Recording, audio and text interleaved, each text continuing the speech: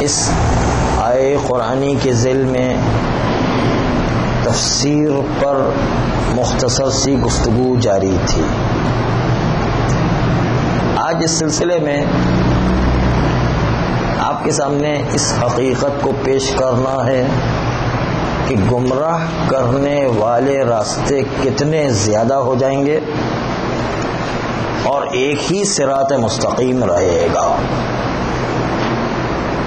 اس سلسلے میں آپ معصوم کی اس حدیث کو صرف مد نظر رکھیں کہ آخری زمانے میں گمراہ کرنے والے راستے اتنے زیادہ ہو جائیں گے کہ آپس میں شیعہ حضرات اور مومنین بھی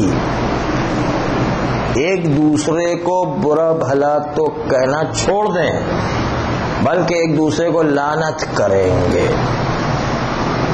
راستے مختلف ہو جائیں گے نا، اس لیے ایک دوسرے کو لعنت کریں گے نہیں، ایک دوسرے کو گالم گلوچ کریں گے نہیں، ایک دوسرے کے منہ پر تھوکیں گے نہیں، ایک دوسرے کو کافر کہیں گے.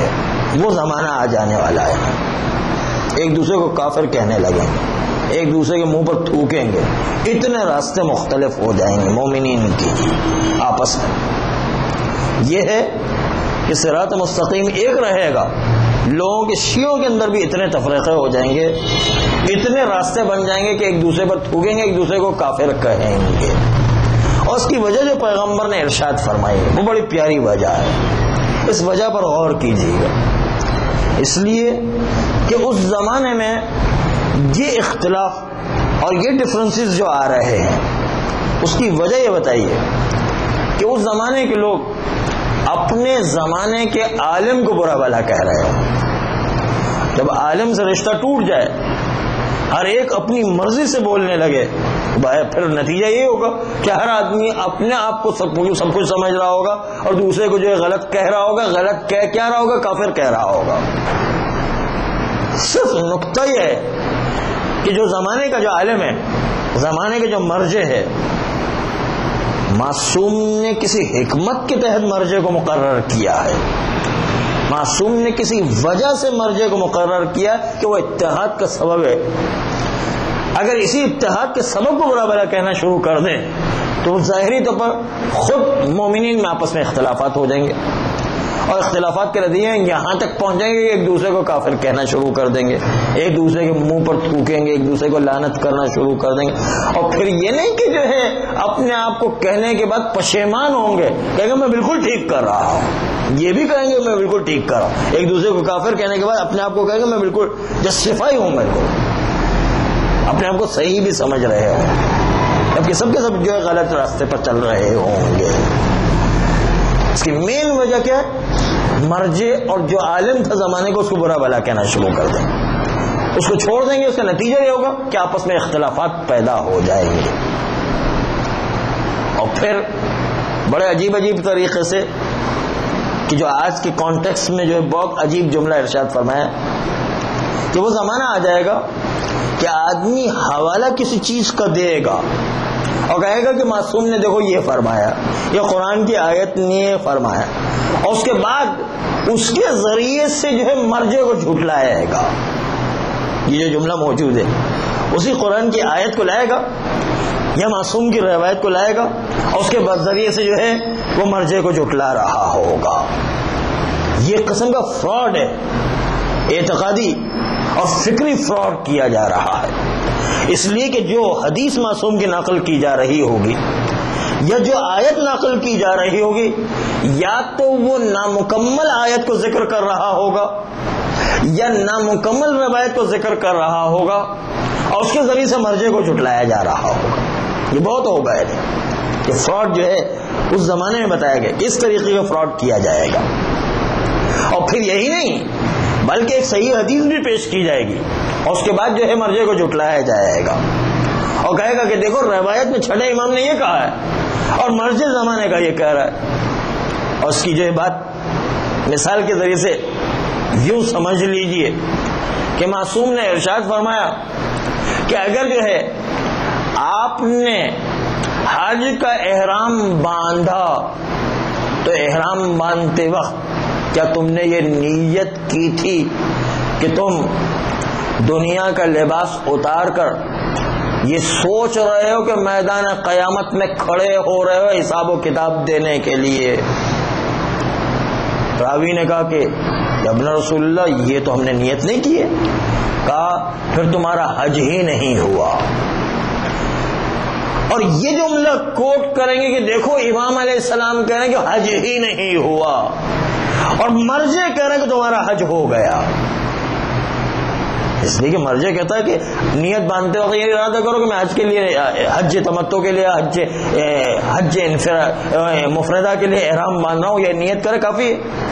وہ یہ نیت نہیں کرنا کہ جو نیت کرنا جو ضروری نہیں کہ جو روز قیامت کے اندر میدان قیامت حساب کتاب کرنے کے لیے کھڑا ہو رہا ہوں، یہ نیت کرنا کوئی ضروری تو نہیں ہے. مرجع کہہ رہا ہے کہ حج صحیح ہے، امام علیہ السلام کی عبارت میں آ رہا ہے کہ صحیح نہیں. دیکھو یہ جو ہے امام چھٹے امام صحیح کہہ رہے ہیں یا ہمارا وقت کا مرجع صحیح کہہ رہا ہے. دیکھیں کیسا فراڈ کیا جا رہا ہے. اس قسم کے فراڈ بہت آخری زمانے میں چلیں گے، اور اس کی وجہ کیا ہوگی؟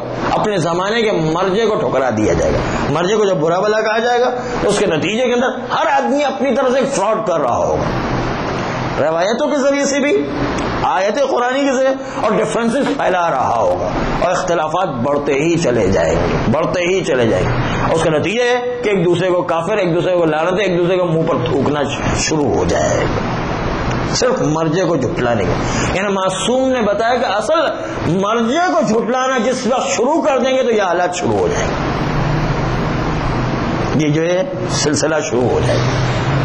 پھر معصوم نے ایک بہت عجیب جملہ ہے کہ یہ وقت کب آئے گا. اس کب آئے گا کی 4 نشانیاں جو ہے معصوم نے پیش کی. یعنی یہ زمانہ اس وقت آئے گا کہ جب جو ہے زندگی بڑی فاسٹ ہو جائے گی. وہ دنیا کی ترقی کے حالات کو بتاتے ہیں معصوم کہ زندگی بڑی فاسٹ ہو جائے گی. وہ کام جو 1 سال میں ہوتا تھا وہ 1 ہفتے میں بالکل ہو جائے گا. سالوں کا کام 1 ہفتے میں ہو جائے گا. وہ کام جو مہینوں میں ہوتا تھا 1 دن میں آدمی کر لے گا. وہ کام جو 1 دن میں کرتا تھا 1 گھنٹے میں کر لے گا. اور وہ کام جو گھنٹوں میں ہوا کرتا سیکنڈ کے اندر انجام دے گا. وہ اتنی فاسٹ زندگی ہو جائے گی. یہ پہلی علامت بتائیے. اور اس زمانے کی سواریاں اتنی تیز رفتار سواریاں ہو جائیں گی کہ تیز رفتاری کے اندر لوگ اسی تیز رفتار سواری میں بیٹھ کر مسجد اور امام باڑے آئیں گے.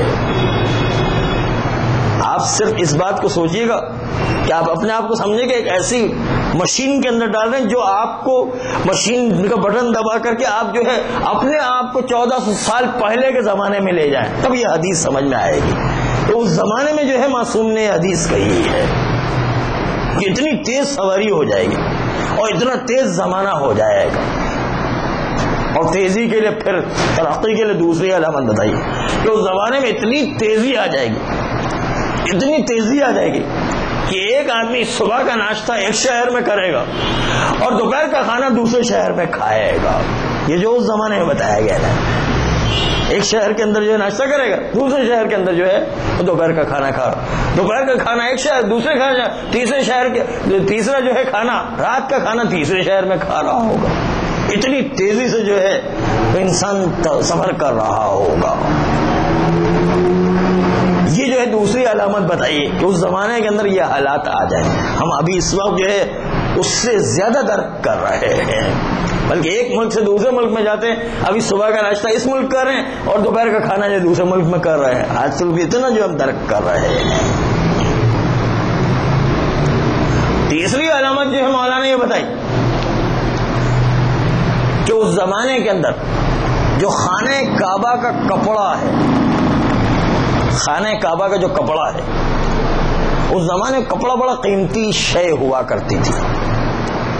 اس لیے کہ کپڑا اس زمانے میں ہاتھ سے بنایا تھا، مشین ایجاد نہیں ہوئی تھی، اور ہاتھ سے بنایا جانے والا کپڑا بہت قیمتی ہوا کرتا تھا. اسی لیے آپ دیکھیں جب جو ہے کسی کا ایکسیڈنٹ ہو جایا کرتا ہے تو اس ایکسیڈنٹ میں 1000 سونے کے دینار دینا پڑتے ہیں.